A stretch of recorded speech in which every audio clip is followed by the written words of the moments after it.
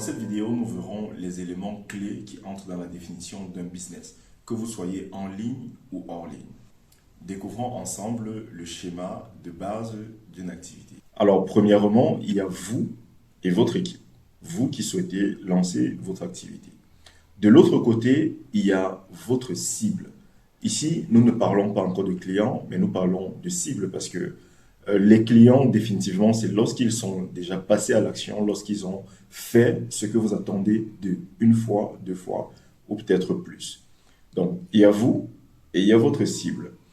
Vous possédez quelque chose. Donc, vous avez un paquet cadeau que vous souhaitez mettre à la disposition d'une cible. Ça, c'est votre proposition d'offre. Vous avez quelque chose que vous souhaitez partager à des gens.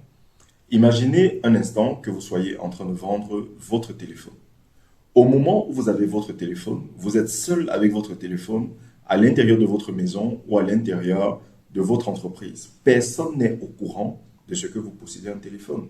Comment quelqu'un qui n'est pas au courant de ce que vous possédez pourrait l'acheter ou pourrait l'utiliser? Donc, lorsque vous êtes vous posé là et que vous avez défini votre offre dans ce que vous voulez proposer à votre cible, vous allez trouver le moyen de créer une connexion avec votre cible pour que cette cible-là soit au courant de ce que vous possédez effectivement quelque chose. Donc, il faudra quelque part trouver le moyen de créer dans l'esprit de ces gens l'information selon laquelle vous et votre équipe possédiez une offre qui pourrait éventuellement les intéresser. Alors, lorsque ces personnes ont été en contact avec votre offre et que ces personnes sont effectivement intéressées par votre offre, comment vous faites pour acheminer votre offre auprès de ces personnes? Ça, c'est la question que l'on se pose. Donc, vous devez construire un chemin qui ira de vous à votre cible.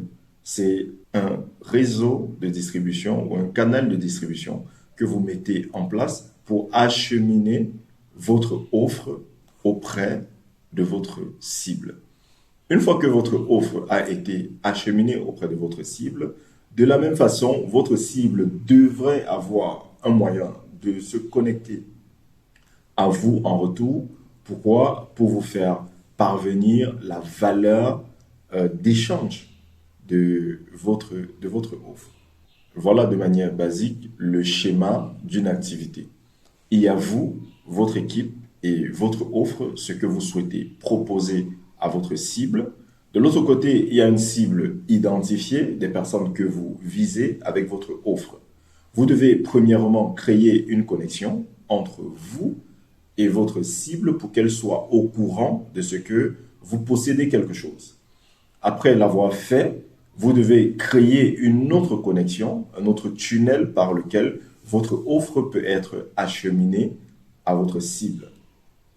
Une fois cela fait et que l'offre est effectivement acheminée à votre cible, il faudrait un autre chemin, une procédure pour permettre à votre cible ou à vos clients, entre guillemets, de vous donner la monnaie d'échange de votre service. Ça peut être un service en retour ou alors ça peut être de la liquidité en fonction de ce que vous avez défini. Alors, ce schéma nous pousse à nous poser un certain nombre de questions pour définir notre activité. Comment est-ce qu'on structure une offre? Comment est-ce qu'on emballe une offre? Comment est-ce qu'on fait en sorte que les clients ou notre cible soient au courant de ce que notre offre existe? En d'autres termes, comment est-ce qu'on communique auprès des clients? Comment est-ce qu'on distribue notre offre? C'est le tunnel qui nous connecte à notre cible pour leur permettre d'avoir accès à notre offre. Donc, posez-vous ces différentes questions-là par rapport à l'activité que vous souhaitez lancer aujourd'hui. Qui êtes-vous? Avec qui êtes-vous? Quelle est la proposition que vous faites aujourd'hui? Quel est le cadeau que vous avez à offrir? À qui voulez-vous offrir ce cadeau? À votre cible. Qu'est-ce qui pourrait définir de manière relativement précise votre cible?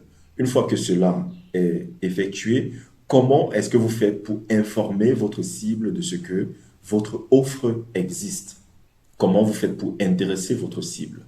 Une fois intéressé, la prochaine question est de savoir comment acheminer votre offre auprès de votre cible et quels sont les moyens que vous mettez en œuvre pour récupérer la compensation due à votre offre.